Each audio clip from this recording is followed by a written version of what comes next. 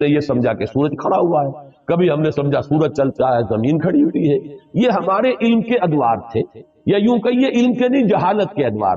لیکن آج علم انسانی یہاں تک پہنچ گیا کہ کوئی شے کھڑی نہیں ہے، ہر شے تیرتی ہے. اب معلوم ہوا قرآن مجید میں ایک سے زائد جگہ پر آیا کل فی فلک یسبحون، ہر شے اپنے مدار کے اندر اپنی سطح کے اوپر تیرتے ہیں. اسی طریقے سے وقت آئے گا کہ جب کہ ہمیں معلوم ہوگا کہ یہ بات تھی جو آج ہمیں معلوم ہوئی، جو قرآن 7 آسمانوں کے حوالے سے بار بار کہتا ہے. تو جہاں سائنس جو ہے وہ ہمیں قرآن مجید سے ٹکراتی بھی محسوس ہو، وہاں ہمارا معاملہ یہ ہوگا کہ ہم قرآن پر ایمان کو محکم رکھیں گے. ہم سمجھیں گے یہ آیت متشابہات میں سے ہے، اس کا مفہوم ابھی ہم نہیں سمجھ سکتے، لیکن ہمارا ایمان آمنا بہ کل من عند ربنا، یہ پورا قرآن متشابہات ہو یا محکمات ہو ہمارے رب کی طرف سے ہے، ہم سب پر ایمان رکھتے ہیں. اور لیکن جہاں جہاں وہ تطبیق ہوتی چلی جا رہی ہے، انسانی علم نے جو بھی آگے ایڈوانس کیا ہے، آگے بڑھا ہے علم، اور واقعہ یہ ہے کہ آدمی کو چکر آتا ہے. کروڑوں میل کا سفر کر کے آپ کا ایک راکٹ جا رہا ہے اور سیکنڈوں کا فرق بھی نہیں پڑتا. کتنی راتیں گزر گئیں، کتنے سال گزر گئے، 11 سال کے اندر وہ پہنچا تھا وہاں. جو وہ آخری ہمارا اس جو کنبہ ہے سورج کا، اس کا جو سب سے آؤٹ موسٹ جو ہے اس تک پہنچا ہے 11 برس میں. سن 77 کا چلا ہوا، سن 88 میں پہنچا. لیکن پورا حساب کتاب صحیح جو یہاں پر بیٹھ کر کیلکولیٹ کیا گیا تھا اسی کے مطابق وہ وہاں پہنچا. تو یہ انسان کی ترقی جو ہے، یہ یوں سمجھیے کہ سٹیگرنگ انسان کا چکر آتا ہے کہ کہاں تک انسان پہنچ گیا. اب اس علم کو آپ نظر انداز کیے رکھیں، اس سے کوئی گفتگو ہی نہ ہو، وہ بس اور آپ چلتے رہے. وہی پرانے مفسرین نے جو کچھ کہہ رہے، وہ پرانے مفسرین وہ خائن نہیں تھے، بددیانت نہیں تھے، لیکن کیا کرتے، ان کے پاس معلومات کا ذخیرہ ہی نہیں. ابھی وہ معلومات کا اتنا لمبا چوڑا ذخیرہ ان کے پاس موجود ہی نہیں، جو کچھ تھا اسی کے اوپر کام کر رہے ہیں. تو سائنٹیفک معاملات میں یہ سمجھ لیجئے، میری اب تک کی سوچ کا جو حاصل ہے وہ میں نے آج آپ کو بتایا ہے. اول تو میں شدید اختلاف کر رہا ہوں تنزلات کا جو فلسفہ ہے اہل تصوف کے ہاں، وہ تنزلات ذات قرار دیتے ہیں، ذات باری تعالیٰ کے تنزلات ہیں، معاذ اللہ ثم معاذ اللہ ثم معاذ. ہاں یہ تنزلات کا سلسلہ جو تنزلات ستہ کہا جاتا ہے کہیں کچھ اور، لیکن میرے نزدیک یہ تنزلات 3 ہیں، 3 لیولز ہیں اس کے. اور یہ تنزلات جو ہیں در حقیقت اللہ کے اس امر کن سے جو شے وجود میں آئی ہے. اولاً وہ ایک خلق نور تھا، وہ بھی ایک شے ہے، ایک خارجی حقیقت رکھنے والی شے ہے. اس مرحلے پر 2 صاحب شعور، صاحب تشخص ہستیاں پیدا کی گئیں، ارواح انسانیہ اور ملائکہ. اور ان میں جیسا کہ میں نے عرض کیا قطعاً کوئی چیز توحید کے منافی نہیں ہے اگر یہ بات مانی جائے کہ سب سے پہلے جو پیدا کیا گیا وہ نور محمدی ہے، یعنی روح محمدی. نور محمدی در حقیقت روح محمدی کا نام ہے، اس لیے کہ روح جو ہے نوری الاصل ہے. وہ جو اقبال نے کہا ہے کہ نقطہ نوری یہ جو ہے خاک کے اندر پنہا، غافل تو نرا صاحب ادراک نہیں ہے ذوق تجلی بھی اسی خاک میں پنہا، غافل تو نرا صاحب ادراک نہیں ہے. تو یہ جو ہمارا شعور ہے میں در حقیقت اس روح کی بنیاد پر ہے، اور وہ روح جو ہے نوری الاصل، میری بھی آپ کی بھی. اگرچہ وہ نور محمد الرسول اللہ صلی اللہ علیہ وسلم کی روح کا جو معاملہ ہے، ہم ویسے اگر کہیں گے تو کہاں ہم اور کہاں وہ، زمین و آسمان کا فرق ہے. ہمارا وہ نور جو ہے ہمارے نفس کی ظلمانیت کے اندر گم ہو گیا، اور وہاں وہ جو نور ہے وہ اپنے نفس کے اوپر ایسے غالب ہے کہ حضور نے جیسے کہ فرمایا کہ شیطان تو میرے ساتھ بھی ہے لیکن میں نے اسے مسلمان بنا لیا، جبکہ ہمارا شیطان ہم پر حاوی ہے. ہمارا وہ ٹمٹماتا ہوا چراغ جو ہے کبھی کبھی اس کی ہمیں کوئی رمق جو ہے وہ کبھی محسوس ہوتی ہے. یہ بڑا پیارا جملہ ہے ابن سینا کا، بڑا پیارا جملہ ہے. ظاہر بات ہے فلسفی تھے اور ان کی بہت سی باتوں سے ہمیں اختلاف ہے، لیکن یہ کہ بہت سی باتیں ان کی بڑی بلند بھی ہیں. یہ جملہ نوٹ کرایا تھا ہمیں مولانا منتخب الحق صاحب مرحوم نے، جو ایک مرتبہ ہمارے یہاں محاضرات میں بھی آئے تھے میرے استاد سے، جب میں ایم اے اسلامیات کر رہا تھا کراچی. تو ان کا جملہ تھا، پورا تو مجھے اب یاد نہیں ہے، کہ اگر تم یہ چاہتے ہو کہ تمہیں بھی انوار ربانی سے کوئی حصہ ملے، فجاہد فی خلواتک، تو اپنی خلوتوں میں تنہائیوں میں مجاہدہ کرو، مراقبہ کرو، ارتکاز توجہ کرو. فلعل شعشعۃ تلمع لک، ہو سکتا ہے کبھی کوئی ایک کرن چمک اٹھے، کبھی اللہ تعالیٰ کی تجلی کا کوئی ایک ہمیں بھی حصہ مل جائے. بڑی ریاضت ہے. اور وہاں محمد الرسول اللہ صلی اللہ علیہ وسلم کی روح جو ہے وہ ہر وقت متجلی ہے انوار الہیہ کے ساتھ، یہ دوسری بات ہے۔ لیکن اپنی اصل کے اعتبار سے تمام انسان کی ارواح جو ہے نوری نسل ہے، اسی نور سے پیدا ہوئی ہیں، لیکن سب سے پہلے نور محمدی یا روح محمدی صلی اللہ علیہ وسلم کو پیدا کیا گیا، ساتھ ہی ملائکہ ہے۔ پھر یہ تنزل کا دوسرا مرحلہ آ رہا ہے، اب خلق نور میں بڑے بڑے ایکسپلوژن کے ذریعے سے، اور غالباً بگ بینگ جو ہے وہ جو بھی کچھ دیکھا ہے، میں نے کئی مرتبہ بات کہی ہے کہ یہ جدید فلسفی ہو یا جدید سائنسدان ہو، ان کی جہاں تک ایکویٹی آف آبزرویشن کا تعلق ہے، بڑی ایکیوٹ آبزرویشن ہے، انہوں نے غور بہت کیا ہے، سوچا ہے، تو بہت چیزیں انہوں نے دیکھی، اگرچہ ان کی تعبیر، توجیہ اور ان میں کیا ربط و تعلق ہے اس میں ٹھوکریں کھا گئے۔ فرائیڈ کی عظمت کا میں قائل ہوں کہ اس نے انسانی شخصیت کے 3 لیول معین کر لیا، آبزرو کیا ہے کہ انسان کے اندر 3 لیولز ہیں۔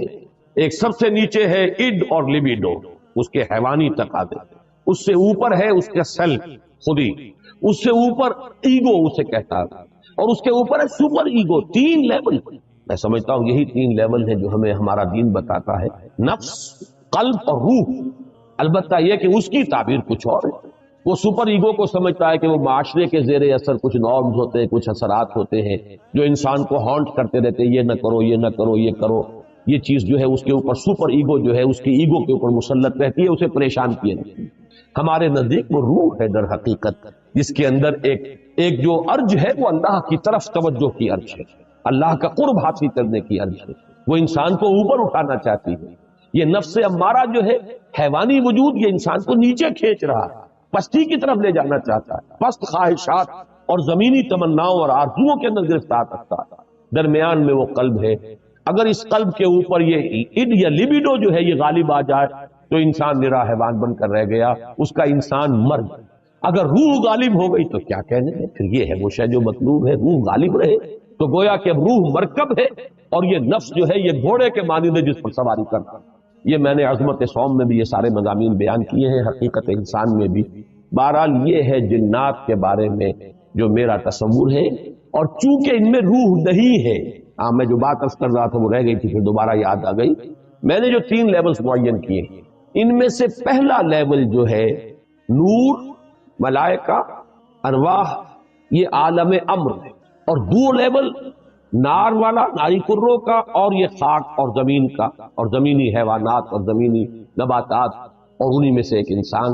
یہ عالم خلق۔ عالم امر میں ٹائم ایلیمنٹ ہے ہی نہیں، روح کو کوئی وقت درکار نہیں ہے، یہاں سے کروڑوں میل جانے کے لیے کوئی وقت درکار، نہ روح کو نہ فرشتے کو کوئی وقت درکار۔ یہ عالم امر ہے، اس کی شان یہ بیان ہوئی ہے، انما امرہ اذا اراد شیئا فانما یقول له کن فیکون، نو ٹائم ایلیمنٹ واٹس ایور۔ اور یہی عالم امر ہے جس میں کہ فرشتے اور روح انسانی کا ایسا ربط ہوتا ہے، فرشتہ وہی لاتا ہے تو روح ہے در حقیقت نبی کی اور رسول کی جو اسے ریسیو کرتی ہے۔ جیسے کہ آپ کو معلوم ہے کہ آپ کی فضا کے اندر اس وقت جو بھی ٹرانسمیشن ہو رہی ہے ریڈیو کی، ٹیلی ویژن کی، وہ تو فضا میں موجود ہے، آپ کے پاس بھی تو ایک آلہ ہونا چاہیے جو اسے کیچ کرے۔ آپ کے ریڈیو ہے، ریڈیو میں والوز لگے وہ اسے کیچ کر رہے ہیں، ٹیلی ویژن ہے، اس میں وہ میکینزم ہے جو کیچ کر رہا ہے، فضا میں تو ہے۔ تو 2 چیزیں ملتی ہیں، تو ملائکہ کی طرف سے لائے جانے والے پیغامات، ان کو کیچ کرنے والا انسان میں جو حصہ ہے وہ روح ہے، وہ یہ انسان کے جسمانی وجود نہیں ہے، یہ آنکھیں نہیں ہے، یہ کان نہیں ہے، بلکہ براہ راست قلب جو مسکن ہے روح کا، وہ ہے محبت وحی۔ فَإِنَّهُ نَزَّلَهُ عَلَىٰ قَلْبِكَ، اے نبی جبریل نے تو اس کو نازل کیا آپ کے قلب پر۔ یہ در حقیقت محبت وحی جو ہے وہ یہ کان نہیں، کان سے نہیں سنتے تھے حضور وحی کی آواز، وہ تو در حقیقت براہ راست بغیر آنکھوں یا کان یا حواس ظاہری کے، کوئی وساطت کے، براہ راست قلب کے اوپر نزول۔ اور یہی وہ شے ہے جو جنات میں نہیں ہے، لہذا جنات میں کوئی وحی نہیں، جنات میں کوئی نبوت و رسالت نہیں، جنات بھی انسانوں میں جو انبیاء اور رسول آتے رہے انہی کے تابع ہیں۔ اس معاملے میں جیسا کہ میں نے عرض کیا الحمدللہ کہ ہمارا جو ہے سلف سے متفقہ عقیدہ ہے، لیکن یہ کہ اس دور میں مولانا اصلاحی صاحب نے اس باب میں بھی جیسے فقہ کے معاملے میں رجم کے سلسلے میں بہت بڑی ٹھوکر کھائی ہے، اسی طریقے سے اس معاملے میں بھی بہت بڑی ٹھوکر کھائی ہے۔ اللہ تعالیٰ انہیں اپنی رائے پر نظر ثانی کرنے کی اور اس سے رجوع کرنے کی توفیق عطا فرمائے۔ اب یہ ہے وہ فلسفہ جنات کا۔ اس میں ایک بات کہ جو ان دونوں مقامات کے سمجھنے کے لیے اور اس سے پہلے بھی قرآن مجید میں بار بار یہ مضمون آیا ہے اس کے حوالے سے اور جان لیجئے، وحی یا احکام و اوامر خداوندی کا نزول فرشتوں کے ذریعے ہوتا ہے۔ فرشتوں کا جبکہ وہ فرشتے وحی کو لے کر نازل ہوتے ہیں یا احکام خداوندی کو، یہ جو جنات ہیں ان میں سے کچھ اوپر جا کر تلقی کر لیتے ہیں، کچھ شان گن لے لیتے ہیں، فرشتوں کی آپس کی گفتگو سن لیتے ہیں، اس سے جو حقائق اور واقعات انہیں معلوم ہوتے ہیں وہ اس دنیا میں آ کر جو کاہن قسم کے لوگ یا عامل قسم کے لوگ، کاہن قسم کے لوگ، کہانت کا جو بازار دنیا میں چلتا رہا اور کاروبار ہوتا رہا، وہ اس اعتبار سے ہوتا تھا۔ اور آج دنیا میں جو اسپرچوئلزم کے نام سے ہو رہا کہ یورپ کے اندر ایک بڑا فلسفہ ہے، بڑا فن ہے، وہ آپ کے والد کی روح کو بلوا لیں گے اور وہ والد کی روح آ کے کہے گی بھائی میں تمہارا والد ہوں، وہ یاد کرائے گی کہ میں دیکھو اس اعتبار سے پہچانو، ہے اس واقعے کو ساری چیزیں وہ بیان کرے گا، اور لوگ سمجھتے ہیں کہ ہمارے والد کی یا والدہ کی یا دادا کی یا دادی کی روح ہم سے نکلا۔ یہی شیاطین ہیں در حقیقت کہ جو دھوکہ دے رہے ہیں اور گمراہ کر رہے ہیں انسانوں کو، اور یورپ کی اسپرچوئلزم کا بھی در حقیقت پورا میکینزم انہی جنات کے حوالے سے۔ فرشتے کبھی اس کاروبار میں ملوث نہیں ہو سکتے، وہ بہت مقدس ان کی ہستی ہے اور وہ اس طرح کے معاملات سے منزہ ہے، اعلیٰ اور عرفہ ہے، لیکن جنات کے اندر یہ سارا دھندا بند۔ یہ جو خبریں لینے کے لیے دور تک جاتے تھے اور سمائے دنیا تک ان کی رسائی ہے، یہ جو سب سے نیچے آسمان ہے اس تک، یہاں تک یہ پہنچ سکتے تھے۔ اب اس کی حقیقت ابھی ہم پر منتشر نہیں، میں بھی نہیں جانتا کہ اس سے مراد کیا ہے سمائے دنیا۔ آیا ہم نظام شمسی جہاں ختم ہوتا ہے اسے سمائے دنیا کہیں؟ ہو سکتا ہے ایک توجیہ ہے کہ ایک دنیا کا یہ جو سولر سسٹم ہے اس کا ایک حد آ جائے کہ سولر سسٹم کی شاید وہ سمائے دنیا ہو۔ پھر یہ بے شمار سولر سسٹم جس ایک وہ جو سٹار میں نے کہا ایک ستارے کے گرد جو چکر لگا رہے، ہو سکتا ہے کہ اس کی جو وسعت ہے وہ دوسرا سما ہو، گیلیکسی جو ہے وہ تیسرا سما ہو، اس سے اوپر جو ہے کوئی اور وسعت، واللہ اعلم، اس میں کوئی توجیہ میں اس وقت نہیں کر سکتا، صرف ایک امکان پیش نظر ہے کہ شاید یہ سولر سسٹم کی جو حدیں ہیں وہ ممکن ہے کہ وہ سمائے دنیا ہو اور وہاں تک ان جنات کی رسائی ہو جائے، اور وہاں سے یہ خبریں لاتے ہیں، اس میں جھوٹی سچی اپنی طرف سے ملاتے ہیں، کچھ نہ کچھ پیش گوئیاں جو ہے وہ صحیح ہو جاتی ہے، کاہن نے کہا یہ ہوگا وہ ہو جاتا ہے، اس سے ان کا دھندا چلتا ہے، کاروبار چلتا ہے، اسی سے وہ لوگوں کو گمراہ کرتے ہیں۔ لیکن یہ بات اہم ہے قرآن کو سمجھنے کے لیے، اس کا بہت اہم تھیم ہے، جب بھی کبھی اللہ کسی نبی یا رسول کو مبعوث فرماتا تھا، کہہ رہا ہوں ہے نہیں، اس لیے کہ سلسلہ بند ہو چکا، میں ہمیشہ اب محتاط ہوتا ہوں کہ اس میں ہے کا لفظ ہی استعمال نہ کیا جائے، اس لیے کہ وہ دروازہ بند ہو چکا۔ جب بھی اللہ کسی نبی یا رسول کو مبعوث فرماتا تھا اور فرشتے وہی لے کر نازل ہوتے تھے، اس زمانے میں آسمانوں پر زبردست پہرے بٹھا دیے جاتے تھے سمائے دنیا کہ کوئی جنات اس کی شان گن نہ لے جائیں۔ اب آپ اس کا اندازہ کیجئے، اگر کہیں وہ لے اڑے وہاں سے اور آ کر اپنے کسی کاہن کو بتا دیں کہ اب محمد پر یہ وحی آنے والی صلی اللہ علیہ وسلم، تو نتیجہ کیا نکلے گا؟ وہ پہلے سے بتائے گا کہ دیکھنا کل یہ بیان کریں گے محمد کی یہ وحی مجھ پر نازل ہوئی ہے، تو سارا کا سارا معاملہ چوپ ہو جائے گا۔ پھر یہ کہ حضور صلی اللہ علیہ وسلم یا اس نبی یا رسول کی جو حیثیت ہے وہ ختم ہو جاتی ہے۔ لہذا نزول وحی کے دور میں بہت سخت پہرے بٹھائے جاتے تھے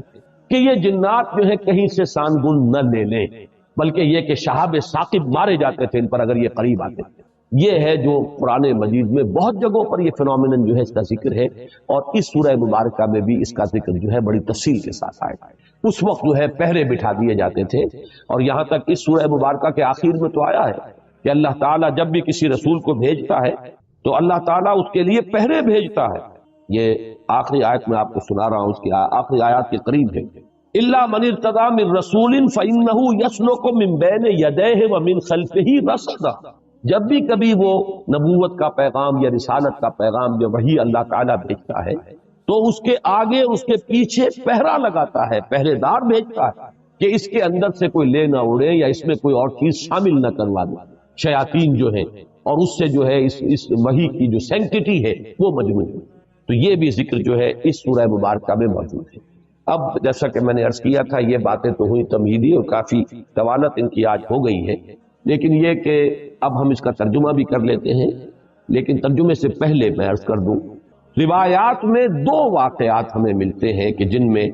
ذکر ہے کہ حضور صلی اللہ علیہ وسلم کے علم کے بغیر کچھ جن آپ کو قرآن پڑھتے ہوئے سن گئے، قرآن سنا آپ کی بات۔ ایک تو روایت وہ ہے جو حضرت عبداللہ ابن عباس سے ہے رضی اللہ تعالی عنہما، یہ روایت بخاری میں بھی ہے، مسلم میں بھی ہے، ترمذی میں بھی ہے۔ ظاہر بات ہے بخاری مسلم میں ہے تو کسی اور کا ذکر کرنے کی ضرورت نہیں، حضرت ابن عباس رضی اللہ تعالی عنہ سے یہ منقول ہے۔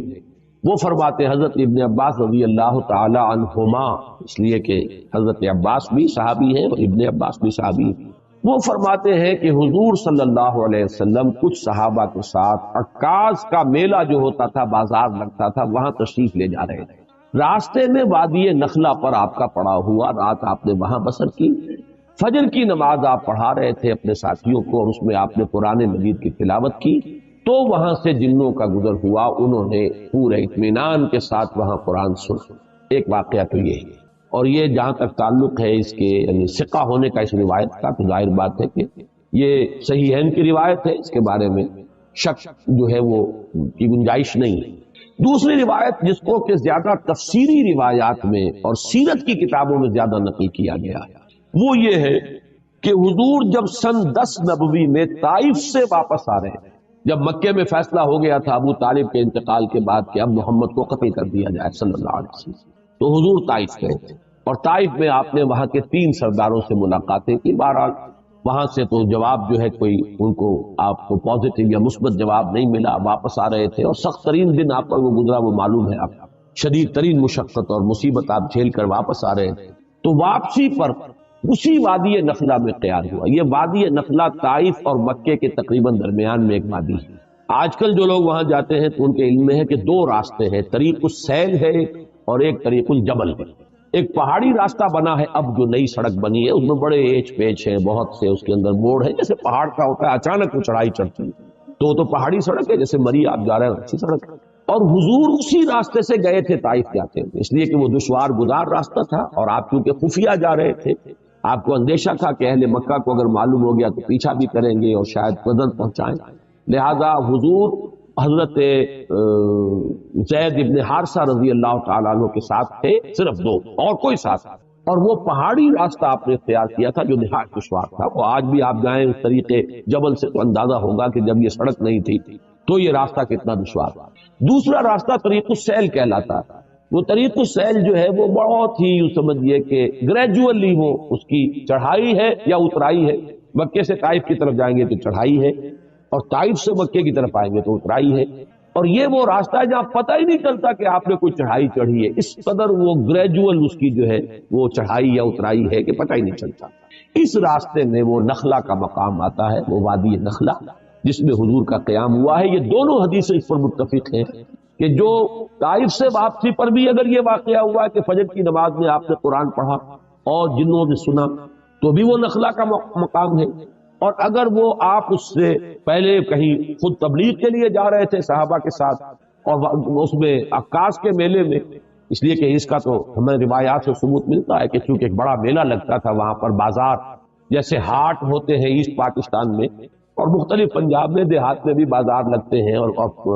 پٹھانوں کے علاقے میں بھی اس طرح کا وہاں ایک میلہ لگتا تھا، بازار بھی میلہ بھی، اس میں کچھ وہ بھی ہوتے تھے، شعر و شاعری کے مقابلے بھی ہوتے تھے، اس میں فنون کے مقابلے بھی، اس میں کشتیاں بھی، اس میں خرید و فروخت بھی، اس میں دلچسپی کا سامان بھی۔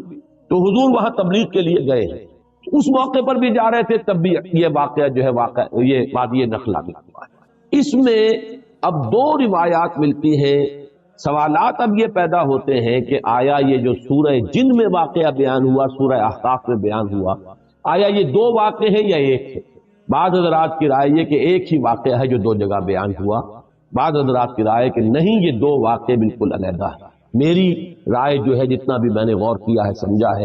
اس دوسری رائے کے ساتھ ہے کہ یہ 2 علیحدہ علیحدہ واقعہ۔ نمبر 2 کہ پہلا واقعہ جو ہے وہ یہ ہے جو اب ہم پڑھ رہے ہیں سورہ جن، اس کا میرا اندازہ ہے کہ یہ سن 4، 5 یا 6 نبوی اس میں ہوا۔ یہ دور وہ تھا جب کہ حضور پر نہایت شدت کے ساتھ سختی ہو رہی تھی، صحابہ پر تو جو کچھ ہو رہا تھا وہ ہو رہا تھا، حضرت بلال پر، حضور پر بھی وہ جو نقشہ سورہ معارج کے اندر بھی آیا ہے، فَمَا لِلَّذِينَ كَفَرُوا قِبَلَكَ مُهْطِعِينَ عَنِ الْيَمِينِ وَعَنِ الشِّمَالِ عِزِينَ، اس کا جو میں نے آپ کو پوری تفصیل بیان کی تھی کہ وہ جھپٹتے تھے جیسے کہ ہلاک کر دیں گے، مار دیں گے، ٹکا بوٹی کر دیں گے، اور حضرت ابو بکر ایک موقع پر آڑے آئے ہیں تو پھر انہیں مارا، انہیں اتنا مارا ہے کہ وہ یہ سمجھ کر چھوڑا ہے کہ یہ اب فوت ہو چکے۔ اس قسم کا واقعہ جو ہے اس سورہ مبارکہ میں بھی آتا ہے کہ ان لوگوں کا حال یہ ہے وَأَنَّهُ لَمَّا قَامَ عَبْدُ اللَّهِ يَدْعُوهُ قَعَدُوا يَكُونُونَ عَلَيْهِ لِبَدًا۔ حال یہ ہو گیا ہے کہ جب اللہ کا ایک بندہ کھڑا ہوتا ہے اللہ کو پکارنے کے لیے، اللہ سے مناجات کرنے کے لیے، نماز پڑھنے کے لیے، تو ایسا ہوتا ہے، محسوس ہوتا ہے کہ یہ پل پڑیں گے اس کے اوپر، جم غفیر ہجوم کر کے جو ہے اس کے اوپر حملہ کریں گے۔ تو یہ سورہ معارج کی آیات اور سورہ جن کی یہ آیت جو ہے یہ ایک دوسرے سے بہت مشابہ ہے، اور یہ صورتحال میں تفصیل سے سورہ معارج میں عرض کر چکا ہوں کہ یہ ہے سن 4 سے سن 6-7 نبوی، ابھی ہجرت نہیں ہوئی ہے، یہ آغاز وحی سے جو سن شمار ہوتے تھے، یہ اس دور کا واقعہ ہے۔ جبکہ وہ واقعہ جو ہے دوسرا، اس کا ذکر سورہ احقاف، وہ سن 10 نبوی کا واقعہ ہے، وہ تو اس کے بارے میں شک ہو ہی نہیں سکتا کہ وہ سفر طائف جو ہے وہ سن 10 نبوی میں۔ دوسرا آپ یہ دیکھیں گے کہ اس واقعے میں جو جن تھے وہ جن یا تو مشرک تھے یا عیسائی تھے۔ اس واقعے میں جو جن تھے وہ حضرت موسیٰ اور تورات کے ماننے والے، یہ دونوں جو ہے ترجمہ کریں گے تو یہ چیزیں واضح ہو جائیں گی۔ اب آئیے ترجمہ کیجئے تیزی کے ساتھ۔ قل اوحی الی، اے نبی کہہ دیجئے کہ میری جانب وحی کی گئی ہے، انہ استمع نفر من الجن، کہ سنا توجہ کے ساتھ جنوں کی ایک جماعت نے، فقالوا، تو انہوں نے کہا، اب یہ صرف تذکرہ اتنا کیا واقعے کا، اب ساری گفتگو ان کی نقل ہے۔ انہوں نے قرآن سنا، اب جا کر اپنے جن اپنے قوم کے لوگوں سے جو کہا، اب وہ تقریر ساری ان کی۔ یہ بھی ہو سکتا ہے کہ یہ ایک ہی مسلسل تقریر ہو، یہ بھی ہو سکتا ہے کہ مختلف مواقع پر انہوں نے جو باتیں کہی ہوں ان میں سے جو چیدہ نمائندہ جملے ہیں ان کو یہاں پر جمع کر دیا گیا۔ بلکہ یہ دوسری بات مجھے اسلوب سے زیادہ مقاربت رکھنے والی اور اس سے زیادہ قریب معلوم ہوتی۔ فقالوا انا سمعنا قرانا عجبا، تو انہوں نے کہا کہ ہم نے سنا ایک قرآن بہت عجیب، اور عجیب سے مراد ہے بہت دل کو لبھانے والا، بہت عمدہ، بہت پسندیدہ۔ یہدی الی الرشد، وہ رہنمائی کرتا ہے اس شے کی طرف کہ جو کامیابی اور فوز اور فلاح کی طرف لے جانے والی۔ فآمنا بہ، تو ہم تو اس پر ایمان لے آئے، ہم نے اس کی تصدیق کی۔ ولن نشرک بربنا احدا، اور ہم ہرگز اب شریک نہیں کریں گے اپنے رب کے ساتھ کسی بھی شے کو، کسی بھی ہستی کو۔ معلوم ہوا کہ یہ شرک مشرک تھے پہلے، اور مشرک دو ہی طرح کے تھے، یا مشرک وہ، یا مشرکین وہ عیسائی تھے جنہوں نے حضرت مسیح کو خدا کا بیٹا، یہ بھی آگے آ جائے گا۔ اس کی شرح کر رہے ہیں کہ اب ہم شرک نہیں کریں گے، ہم تائب ہو گئے ہیں۔ وَأَنَّهُ تَعَالَى جَدُّ رَبِّنَا، اور ہمیں تو یہ بات معلوم ہوئی، ہم پر یہ حقیقت منکشف ہو گئی کہ ہمارے رب کی شان تو بہت بلند ہے، بہت اعلیٰ ہے، بہت اعلیٰ ہے۔ مَتَّخَذَ صَاحِبَةً وَلَا وَلَدًا، اس نے نہ کسی کو اپنی جورو بنایا نہ کسی کو بیٹا بنایا۔ وَأَنَّهُ كَانَ يَقُولُ سَفِيهُنَا عَلَى اللَّهِ شَطَطًا، اور ہمارا بے وقوف یا ہمارے بے وقوف جو کچھ اللہ کی طرف منسوب کر رہے تھے وہ تو بڑی غلط بات، بڑی گستاخی کی بات، بڑی ہی گمراہ کن باتیں تھیں جو وہ کہہ رہے تھے۔ وَأَنَّا ظَنَنَّا، اور ہم یہ سمجھتے رہے، اس گمان میں رہے، اس حسن ظن میں مبتلا رہے، لَن تَقُولَ الْإِنسُ وَالْجِنُّ عَلَى اللَّهِ كَذِبًا، کہ جن اور انسان اللہ کی طرف تو کوئی غلط جھوٹ منسوب نہیں کریں گے۔ ایسی کون ایسا شامت کا مارا ہوگا جو اللہ تعالیٰ کی طرف غلط بات منسوب کرے؟ لیکن ہمیں معلوم ہوا کہ ہمارے یہ لوگ، ہمارے یہ لیڈر کہہ لیں جو بھی کہیں، ہمیں بہت غلط پٹیاں پڑھاتے ہیں۔ ہم اس گمان میں رہے، انا ظننا لن تقول الانس والجن علی اللہ کذبا، اللہ کی طرف غلط بات کہ ہیچ قوم را خدا رسوا نہ کر، تا دلے صاحب دلے نامد میں درد، کسی صاحب دل کے جو دل کو ٹھیس لگتی ہے، درد اس کے اندر پیدا ہو جاتا ہے، صاحب دل ہو، اللہ کی محبت اس کے دل میں ہو اور اسے ٹھیس پہنچے، تو تا دلے صاحب دلے نامد میں درد، ہیچ قوم را خدا رسوا نہ کر، قومیں بڑی رسوا ہو جاتی ہے کسی ایک اللہ والے کی کہ دل جو ہے اس کی دل کو اگر تکلیف پہنچے تو وہی تب ہمارے ہی اس کا سارا ثمر سمیٹ لیا گیا، اللہ تعالیٰ نے جو کچھ اس کو دیا تھا وہ سلب کر لیا، باغ بھی ختم ہوا، اولاد بھی ختم ہوئی۔ فَأَصْبَحَ يُقَلِّبُ كَفَّيْهِ عَلَى مَا أَنفَقَ فِيهَا، تو وہ رہ گیا اپنے ہاتھوں کو ملتا ہوا، اپنی ہتھیلیوں کو ملتا ہوا، جسے ہم کہتے ہیں کفِ افسوس ملنا۔ يُقَلِّبُ كَفَّيْهِ عَلَى مَا أَنفَقَ فِيهَا، جو کچھ اس نے خرچ کیا تھا، انویسٹ کیا تھا، محنت کی تھی، کتنا عرصہ لگا تھا اس باغ کے پلاننگ میں، باغ کو اس نے لگایا تھا، کہاں کہاں سے پودے لایا ہوگا، ما انفق فیہا وہی خاویۃ علی عروشہا، اور وہ باغ جو ہے گرا پڑا ہوا تھا اپنی چھتریوں کے اوپر، کیونکہ جو انگور کی بیلیں ہوتی ہیں، وہ ٹٹیاں ہوتی ہیں، چھتریاں ہوتی ہیں، وہ سب اوندھی پڑی ہیں۔ وَيَقُولُ يَا لَيْتَنِي لَمْ أُشْرِكْ بِرَبِّي أَحَدًا، اور اس وقت وہ کہہ رہا تھا ہائے میری شامت، کیا کاش کہ میں نے اپنے رب کے ساتھ شرک نہ کیا ہوتا۔ اب یہ کون سا شرک ہے؟ اس پوری اس گفتگو کے اندر کہیں کسی دیوی کا، دیوتا کا، کسی کا ذکر نہیں ہے، کسی کی شفاعت کا ذکر نہیں ہے۔ یہ ہے ہمارا آج کا نقشہ مادہ پرستی کا، آج کی ہماری ذہنیت جو ہے پوری کی پوری سرکو کے اندر موجود ہے۔ وَلَمْ تَكُنْ لَهُ فِئَةٌ يَنْصُرُونَهُ، اور نہ ہوئی پھر اس کی کوئی جماعت، کوئی اس کی فوج ہوتی جو اس کی مدد کرتی من دون اللہ، اللہ کے مقابلے میں۔ وَمَا كَانَ مُنْتَصِرًا، اور نہ ہی وہ اس قابل تھا کہ کسی سے انتقام لے۔ کس سے انتقام لے؟ سارا فیصلہ تو اللہ کی طرف سے ہوا ہے۔ هُنَالِكَ الْوَلَایَةُ لِلَّهِ الْحَقِّ، یہاں تو حکومت اور اختیار کل کا کل اللہ ہی کے لیے ہے، سچے اللہ کے لیے جو الحق ہے۔ یہ ولایا ہے واو کے زبر کے ساتھ۔ والی کہتے ہیں حاکم کو، مالک کو والی، والی سے ولایا بنتا ہے۔ ولی کہتے ہیں دوست، پشت پناہ، اور اس سے ولایا بنتا ہے، ولایت باہمی۔ اللہ ولی الذین آمنوا یخرجهم من الظلمات الی النور، اور الا ان اولیاء اللہ لا خوف علیہم ولا هم یحزنون، یہ ولایت ہے واو کے زیر کے ساتھ۔ اور والی ہونا کسی کا، فلاں ملک کا والی فلاں تھا، یعنی وہاں کا حکمران تھا، بادشاہ تھا، تو یہاں کی بادشاہی، یہاں کا اختیار، هنالک الولایۃ للہ الحق، کل ولایت اللہ ہی کے حق میں ہے۔ هو خیر ثوابا و خیر عقبا، یقیناً وہی بہتر ہے انعام دینے والا، اور وہی بہتر ہے نتیجے کے اعتبار سے، عاقبت کے اعتبار سے۔ وَاضْرِبْ لَهُم مَثَلَ الْحَيَاةِ الدُّنْيَا، اور ان کے لیے ذرا بیان کیجئے ایک مثال دنیا کی زندگی کے لیے۔ كَمَاءٍ أَنزَلْنَاهُ مِنَ السَّمَاءِ، جیسے پانی کہ ہم نے اتارا آسمان سے، فاختلط به نبات الارض، اس کے ساتھ رل مل کر زمین کا جو سبزہ ہے وہ نکل آیا۔ فاصبح حشیما تذروه الرياح، اب یہ ایک لمبی بات ہے جسے مختصر کیا گیا کہ پھر کچھ عرصے کے بعد وہ سبزہ جو ہے وہ زرد پڑ جاتا ہے، پھر دھوپ کے اندر سوکھ کر پیلا ہو گیا، پھر چورا چورا ہو گیا، پھر وہ چٹیل زمین کی زمین رہ گئی۔ تو زندگی کا یوں سمجھیے کہ جیسے فصل لے لیجئے، کھیت کے اندر آپ نے بیج ڈالے ہیں،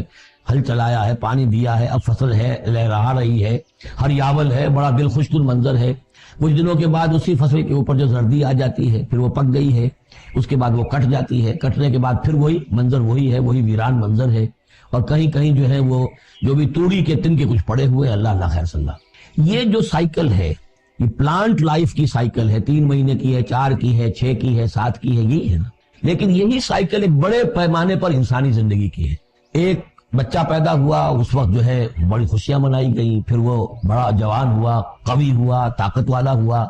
پھر اس کے اوپر ادھیڑ ابھر آ گئی، بال میں سفیدی آ گئی، چہرے پر جو ہے وہ جھریاں پڑنی شروع ہوئیں، اس کے بعد پھر اس پر موت وارد ہوئی، پھر اسے قبر میں اتار دیا گیا، وہ مٹی سے تھا اور مٹی میں جا کر مل گیا۔ ایک ہی سپین ایک چل رہا ہے، سائیکل چل رہا ہے۔ یہ انسانی زندگی کا سائیکل ہے، اور یہ جو نباتاتی زندگی کا سائیکل ہے، فرق اس پہ کچھ نہیں ہے۔ اوپر سے پانی آیا اور زمین کا سبزہ نکل آیا، اوپر سے روح آئی ہے، اور ہمارے یہ اجساد اس زمین سے نکلے ہوئے ہیں۔ ان دونوں نے مل کر ہمیں اس حیات دنیاوی کی ایک شکل دے دی ہے۔ روح اوپر سے آئی ہے، زمینی شے نہیں ہے۔ بولے روح من امر ربی، اور یہ کہ زمینی طور پر جو بھی کچھ ہے، جو نظام ہے یہاں کا، اس میں یہ ہمارا جسم بنتا ہے اپنے ماؤں کے پیٹوں میں، اور پھر یہ روح کے ساتھ مل کر اس دنیا کی زندگی کے اندر ایک جو ہے ایک وقفہ امتحان جو ہے اس کو بسر کر رہا ہے۔ وَاضْرِبْ لَهُم مَثَلَ الْحَيَاةِ الدُّنْيَا، ان کے لیے دنیا کی زندگی کی مثال بھی بیان کیجئے۔ كَمَاءٍ أَنزَلْنَاهُ مِنَ السَّمَاءِ، جیسے کہ پانی جو ہم نے اتارا آسمان سے، فاختلط بِهِ نبات الارض، تو پھر اس کے ساتھ سبزہ جو ہے زمین کا رل مل کر نکل آیا۔ فاصبح حشیما، پھر وہ ہو گیا چورا چورا، تذروه الرياح، کہ جنہیں ہوائیں لیے اڑتی پھر رہی ہیں۔ وَكَانَ اللَّهُ عَلَىٰ كُلِّ شَيْءٍ مُقْتَدِرًا، اور یہ اللہ تعالیٰ جو ہے ہر شے پر قادر ہے۔ اس کے لیے جیسے یہ سائیکل چل رہا ہے تمہارا نباتاتی، ایسے ہی حیواناتی ہے، ایسا ہی تمہارا انسانی زندگی کا ہے۔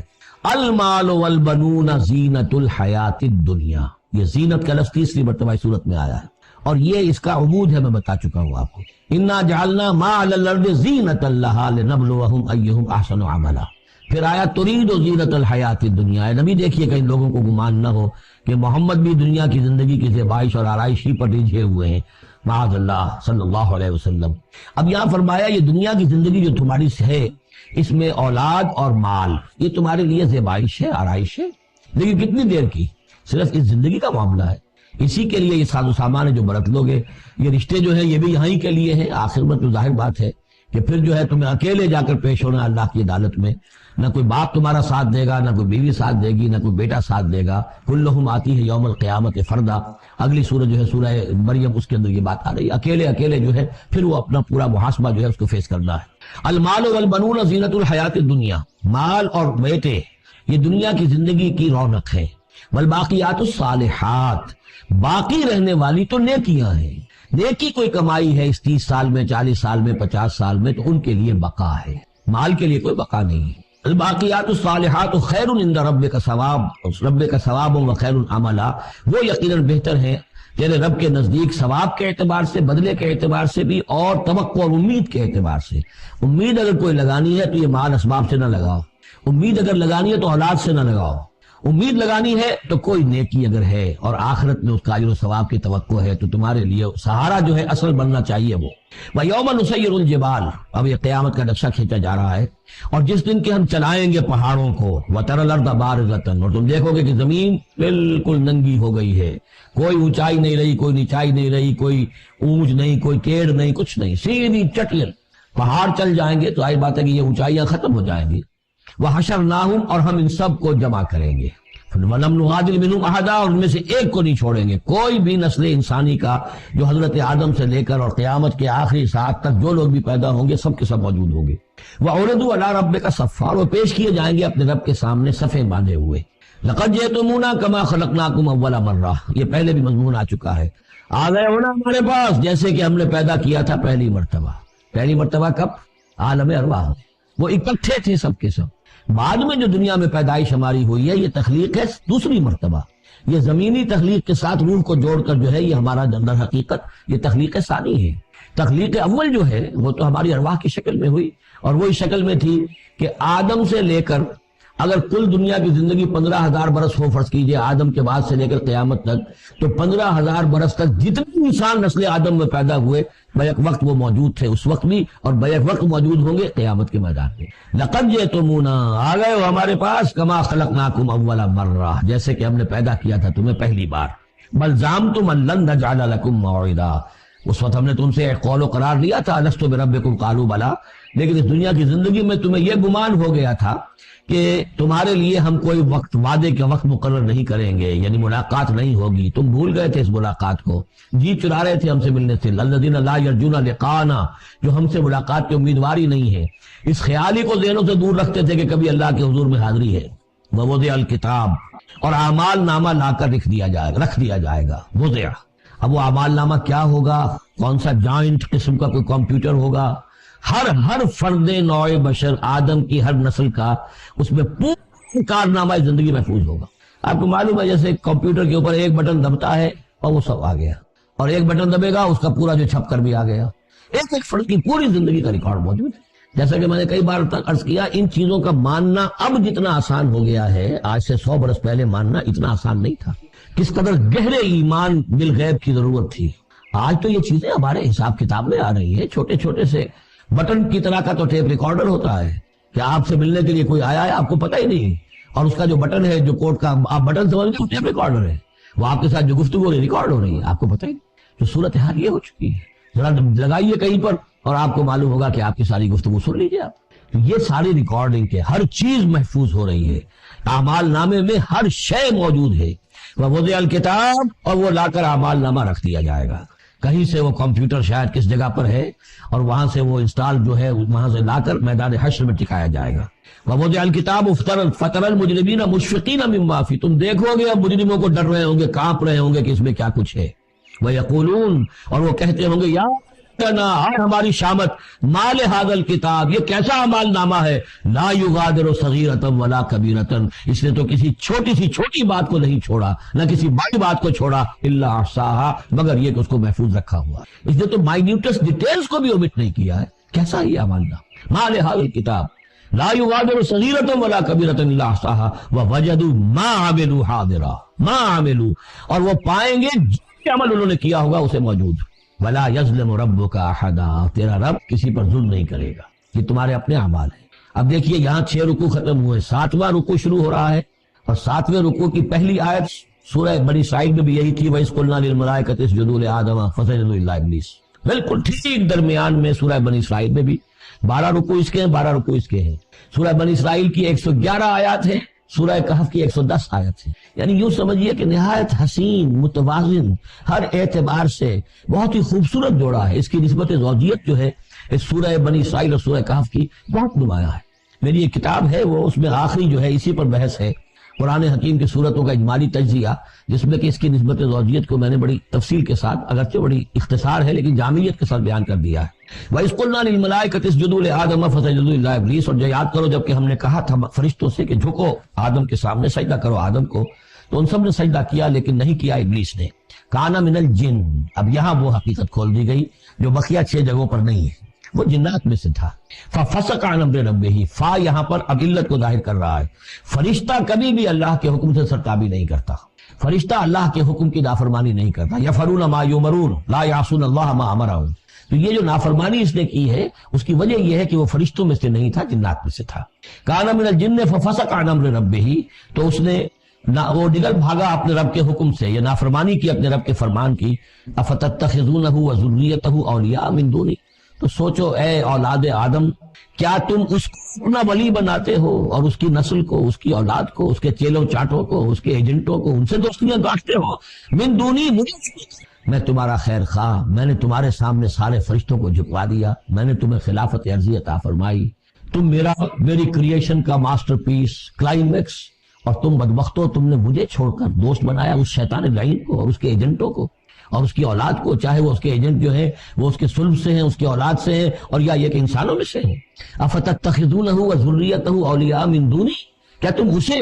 اور اس کے اولیاء اور اس کی نسل کے لوگوں کو، اس کی اولاد کو ولی بنا رہے ہو مجھے چھوڑ کر، وہم لکم عدو، جبکہ فی الواقع وہ تمہارے دشمن ہیں۔ بئس للظالمین بدلا، کتنا برا بدل ہے کہ جو ان ظالموں نے اپنے لیے اختیار کیا ہے، اللہ کو چھوڑ کر ان کی رفاقت، اللہ کی دوستی چھوڑ کر اس شیطان لعین کی دوستی۔ ما اشہدتہم خلق السماوات والارض ولا خلق انفسہم، میں نے تو ان جنات کو نہ تو انہیں شہید بنایا تھا آسمان اور زمین کی تخلیق کا، اور نہ ان کے اپنی تخلیق کا۔ وما کنت متخذ المضلین عضدا، اور میں ایسے بہکانے والوں کو اپنا مددگار نہیں بنایا کرتا۔ یہ جو تم نے ان کو میرے برابر بنا دیا، اس کو مجھے چھوڑ کر انہیں ولی بنا لیا، ان کی دوستی کر رہے ہو، تو آسمان کی اور زمین کی تخلیق میں، بلکہ خود ان کی تخلیق میں وہ کوئی اس کے شاہد نہیں ہے۔ وَيَوْمَ يَقُولُ نَادُوا شُرَكَائِيَ الَّذِينَ زَعَمْتُمْ، اور جس دن کہ اللہ کہے گا کہ پکارو ذرا میرے ان شرکاء کو جن کا تمہیں زعم ہو گیا تھا، تمہیں گمان تھا کہ وہ میرے شریک ہیں، فَدَعُوهُمْ، تو وہ پکاریں گے ان کو، فَلَمْ يَسْتَجِيبُوا لَهُمْ، تو انہیں کوئی جواب نہیں دیں گے۔ وَجَعَلْنَا بَيْنَهُمْ مَوْبِقًا، اور ان کے درمیان ہم ہلاکت والی گھاٹی حائل کر دیں گے، خلیج حائل کر دیں گے، کہ وہ جو شرکاء چاہے اولیاء اللہ ہی ہوں اور چاہے وہ انبیاء ہوں اور چاہے فرشتے ہوں، لیکن وہ کہ خلیج حائل ہوگی ہلاکت کی، وہ ان کی مدد کے لیے یا ان کی بات سن کر ان کے سفارش کرنے کے لیے نہیں آ سکیں گے۔ وَرَأَى الْمُجْرِمُونَ النَّارَ، اور مجرمین جو ہیں، ظالم، گناہگار، کافر، وہ دیکھیں گے آگ کو کہ اب یہ ہے جس میں ہمیں جھونکا جانا ہے۔ فَظَنُّوا أَنَّهُمْ وَاقِعُوهَا، اور انہیں یقین ہو جائے گا کہ اب وہ اس میں ڈال دیے جائیں گے۔ وَلَمْ يَجِدُوا عَنْهَا مَصْرِفًا، وہ نہیں پائیں گے اس سے کہیں بھی بھاگنے کی کوئی جگہ، اس سے انحراف کی کوئی راستہ۔ وَلَقَدْ صَرَّفْنَا فِي هَذَا الْقُرْآنِ لِلنَّاسِ مِنْ كُلِّ مَثَلٍ، یہ آیت جو کہ تو سورہ بنی اسرائیل میں بھی آیت نمبر 89 ہے، وہاں یہاں یہ آیت 54 ہے، لیکن فرق کیا ہے؟ وہاں ہے وَلَقَدْ صَرَّفْنَا فِي هَذَا الْقُرْآنِ مِنْ كُلِّ مَثَلٍ، وَلَقَدْ صَرَّفْنَا فِي الْقُرْآنِ، وہاں الفاظ کا تھوڑا سا فرق ہے۔ وَكَانَ الْإِنسَانُ أَكْثَرَ شَيْءٍ جَدَلًا، ہم نے اس قرآن میں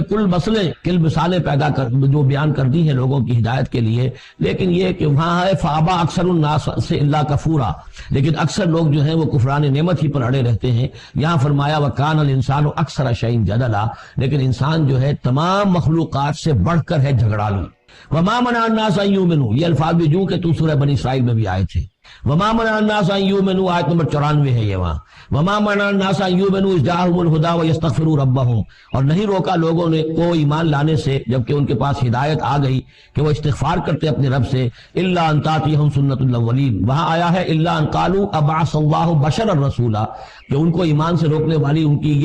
ان کا یہ خیال تھا کہ کیا اللہ تعالیٰ نے انسان کو رسول بنا کر بھیجا ہے۔ یہاں فرمایا الا ان تاتیہم سنت الاولین، ان کو جو روکا گیا ہے وما منع الناس ان یؤمنوا اذ جاءهم الہدی، یہ جو رک گئے ہیں جب ہدایت ان کے پاس آ گئی، کہ ایمان نہیں لا رہے اور استغفار نہیں کر رہے، الا ان تاتیہم سنت الاولین، مگر یہ کہ ان پر آ کر رہے گی اب وہی جو پہلو کا جو انجام ہوا تھا وہی ان کے اوپر بھی مسلط ہوگا، او یاتیہم العذاب قبلا، یا یہ کہ عذاب ان کے سامنے آ جائے گا۔ وما نرسل المرسلین الا مبشرین ومنذرین، یہاں پہ جمع کے سیغے میں آ رہا ہے، سورہ بنی اسرائیل میں واحد کے سیغے میں آیا تھا آخری رکوع میں، وما ارسلناک الا مبشرا ونذیرا، اور ہم نے نہیں بھیجا ہے محمد آپ کو مگر مبشر اور نذیر بنا کر۔ یہاں جمع کے سیغے میں وما نرسل المرسلین الا مبشرین ومنذرین ویجادل الذین کفروا بالباطل،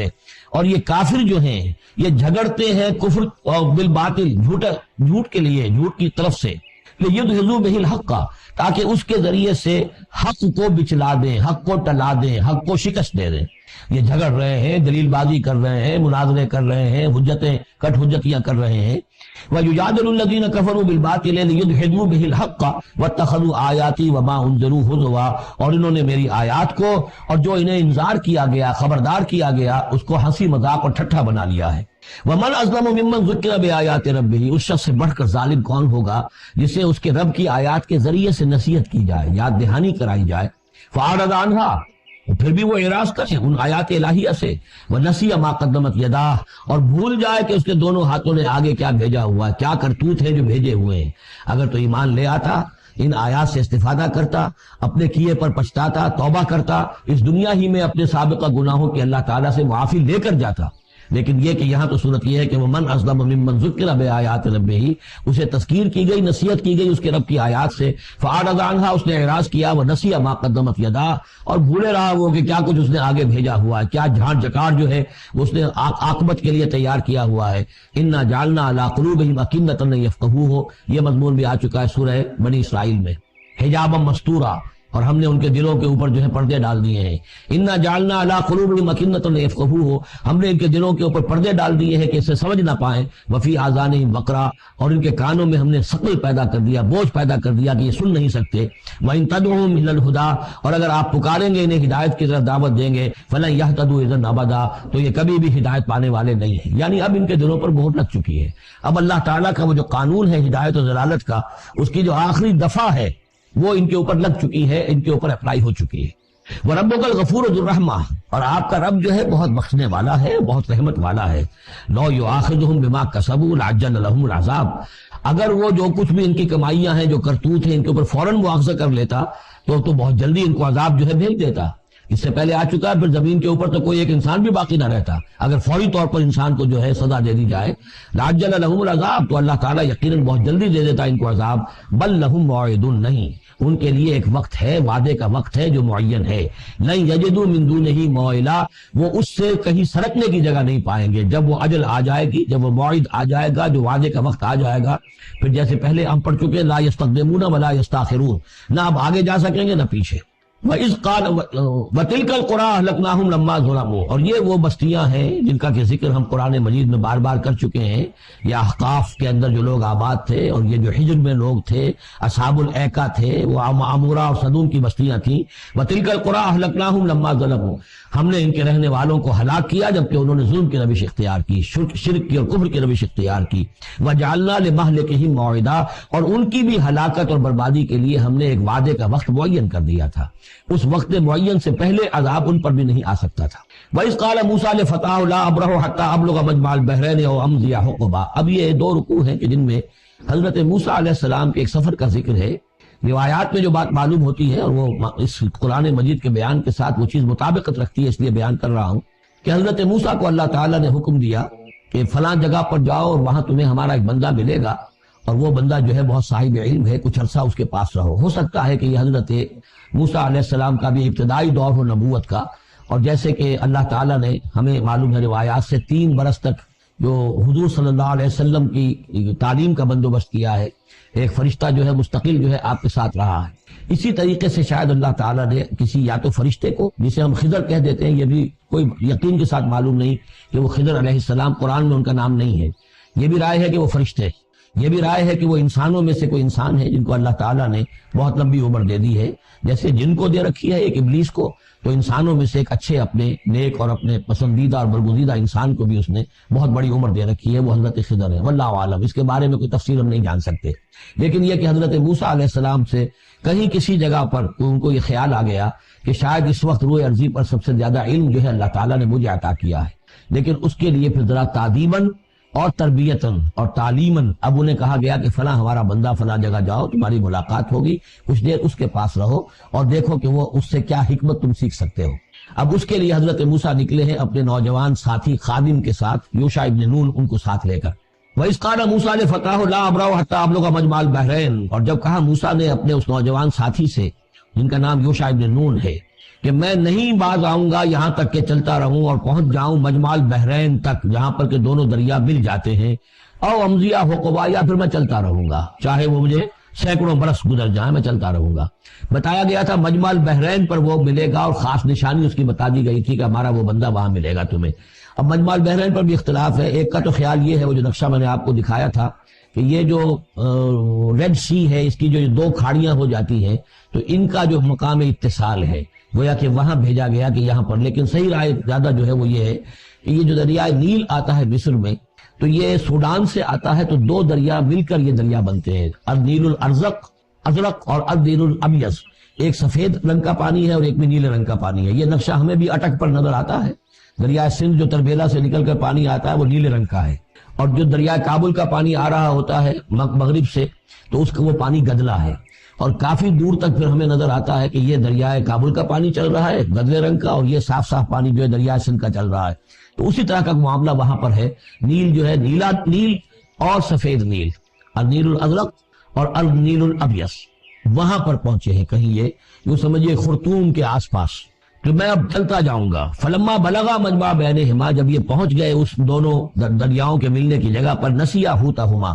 یہ بتا دیا گیا تھا کہ ایک جو مچھلی ہے تل کر اس کو ساتھ لے لینا تاکہ تمہارے وہ غذا کا کام بھی دے گی، اور اسی کو نشانی بنانا تھا اللہ نے بتانے کے لیے کہ کس جگہ پر وہ اس شخص سے ملاقات ہوگی۔ جب وہ پہنچے ان دونوں کی مجمع کے مقام پر، نسیا حوتہما، تو انہوں بھول گئے اپنی اس مچھلی